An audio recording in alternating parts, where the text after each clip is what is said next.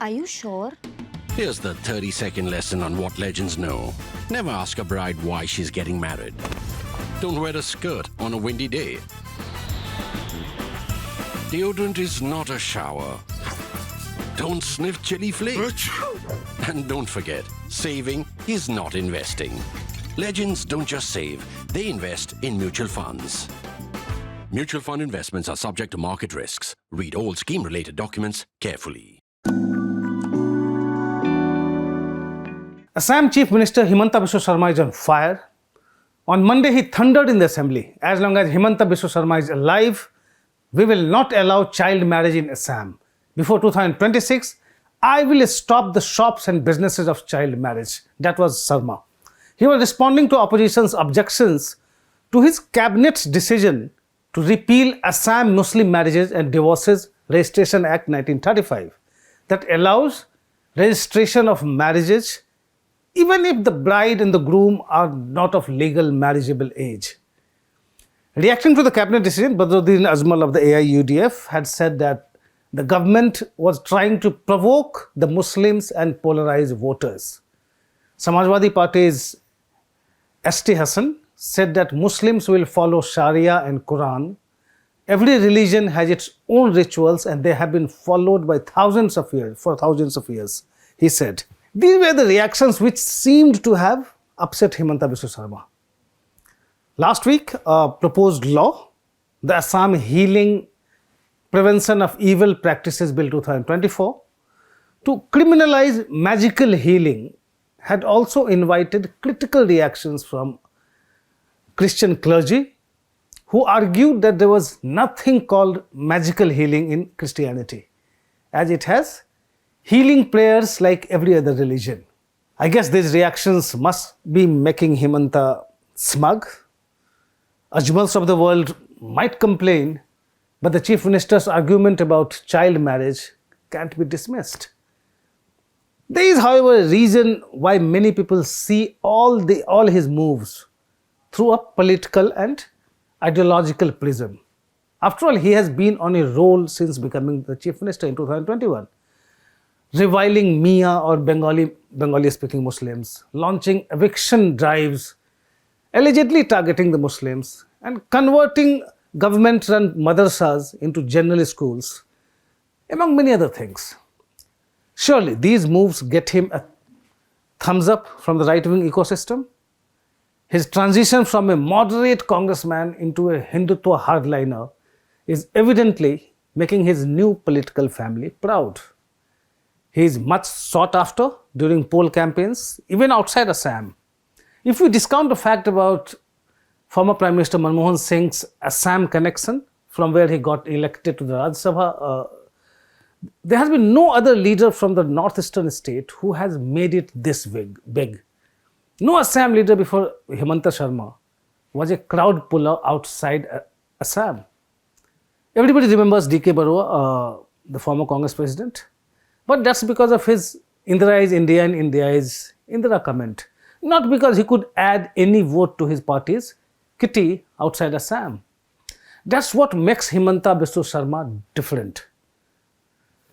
So far so good. About 3 decades back, when he was courting Rinika Bhuiya, his would-be wife, he told her, "Tell your mother I'll be the Chief Minister of Assam one day." Well, with that achieved, he must have the next goal in mind now, something higher.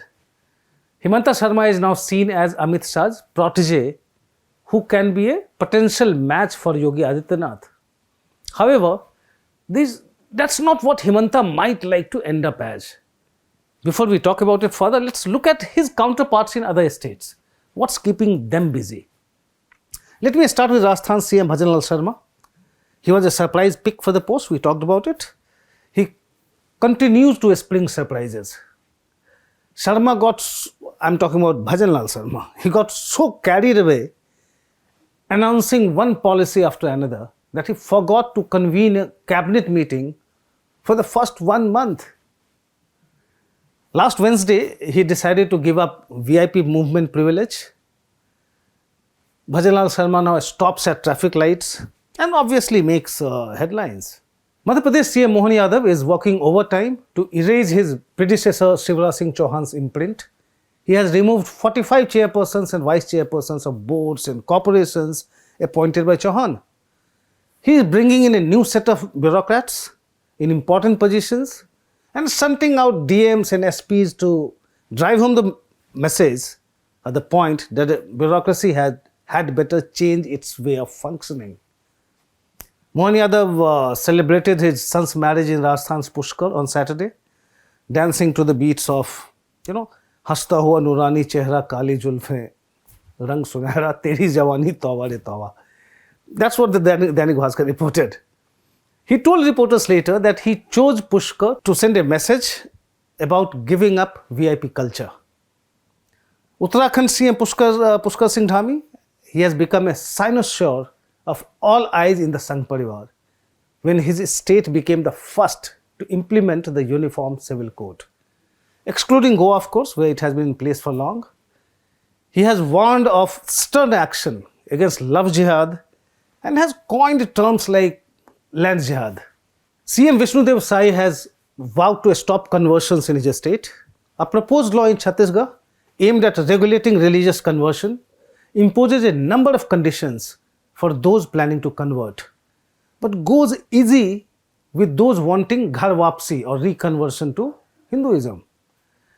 The draft will stipulate that a person who wishes to convert to another religion will have to fill in a form with personal details at least 60 days in advance and submit it to the district magistrate, who will direct the police to ascertain the real intention behind the dharmantaran or conversion. The person who performs the conversion ceremony will have to fill in a form at least a month in advance, while the person converting will have to present himself or herself before the DM for verification within 60 days of conversion. But in cases of reconversion, the draft will suggest merely informing the district administration. There is no requirement for any prior notice, police verification, or personal appearance before the district magistrate. Anyway, coming back to what's keeping BJP CMs busy, many of them are following party president JP Nadda's footsteps. Lie low, do nothing, and follow the orders to survive and possibly thrive. I put in this category Bhupendra Patel of Gujarat, Manohar Lal Khattar of Haryana, Pema Khandu of Arunachal Pradesh, Pramod Sawant of Goa, and Manik Saha of Tripura. Of course, Manipur CM Biren Singh is in a category of his own. He is known to have Amit Shah's blessing, but he is embarrassing his patron by putting a big blemish on India's Home Minister. The Assam CM, an ex-congressman, may be thinking that ideological loyalty and becoming a Hindu hardliner would please Prime Minister Narendra Modi and the larger Sangh ecosystem.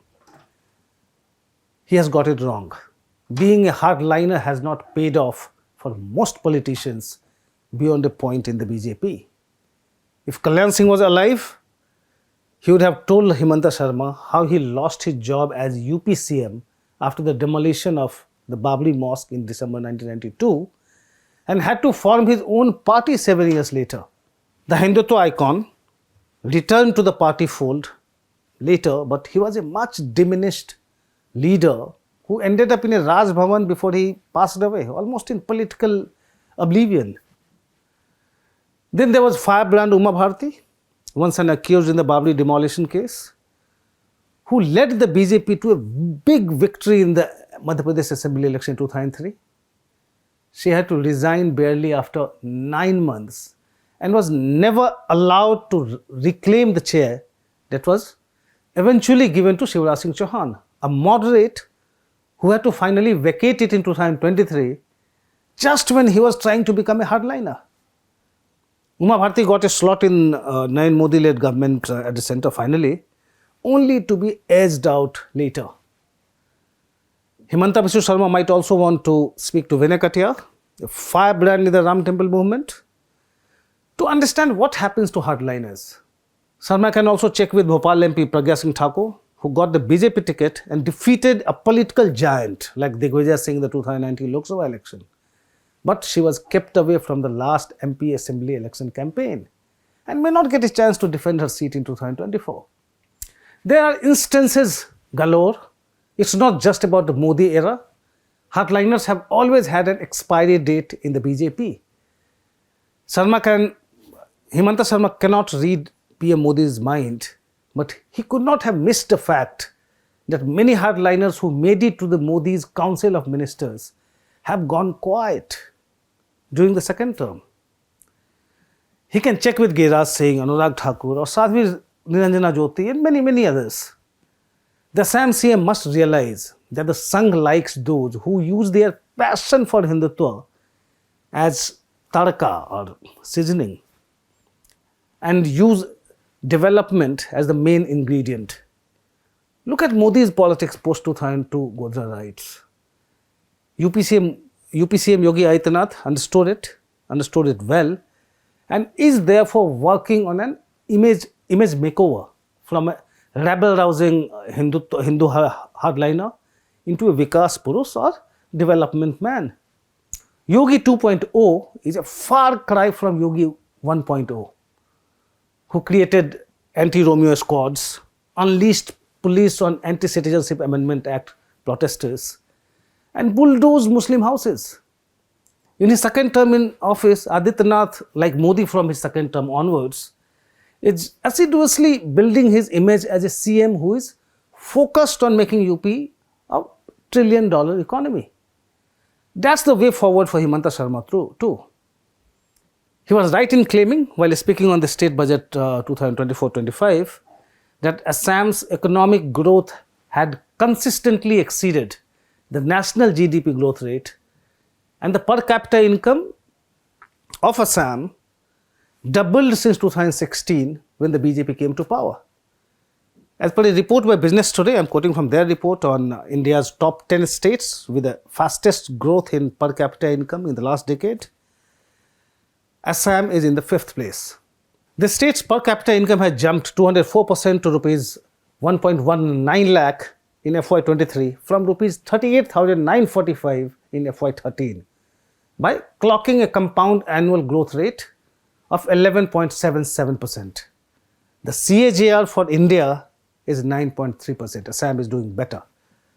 Assam's gross state domestic product, GSDP, for 2024-25 shows an impressive growth of 13% over the previous financial year. There are many other indicators on which Assam has done well with Himanta Sarma at the helm, first as finance minister from 2016 to 2021, and then as the chief minister 21 onwards. Of course, Himanta Sarma does not have a Gujarat-like Assam model or even like UP model of development yet. He must also deliver a command performance for now. Ayodhya Ram Temple is the BJP's principal plank in the 24 Lok Sabha election. The party cannot afford to let its intensity and momentum dip in the run-up to the polls. That should explain the attempts to build up polarizing narratives from different states, which should keep reminding the Hindus of the importance and magnitude of PM Modi's role or his government's role in righting the historical wrong in Ayodhya. There are political imperatives too. In a state like Assam, with about 33-34% of Muslim population, and a polarizing figure like Badruddin Ajmal, dog whistling politics might look useful. But Himanta must remember that Modi today is all about Aurobindo's spiritual Hindutva. No matter how much his colleagues in the BJP and the Sangh celebrate Savarkar's political Hindutva. That's also true about Mohan Bhagwat-led RSS today. This nuanced shift is not a difficult choice to make, but Himanta Biswa Sarma has to first decide whether he has already achieved his goal, as he told his wife 33 years back, or if he wants to set a new, bigger goal and pursue it.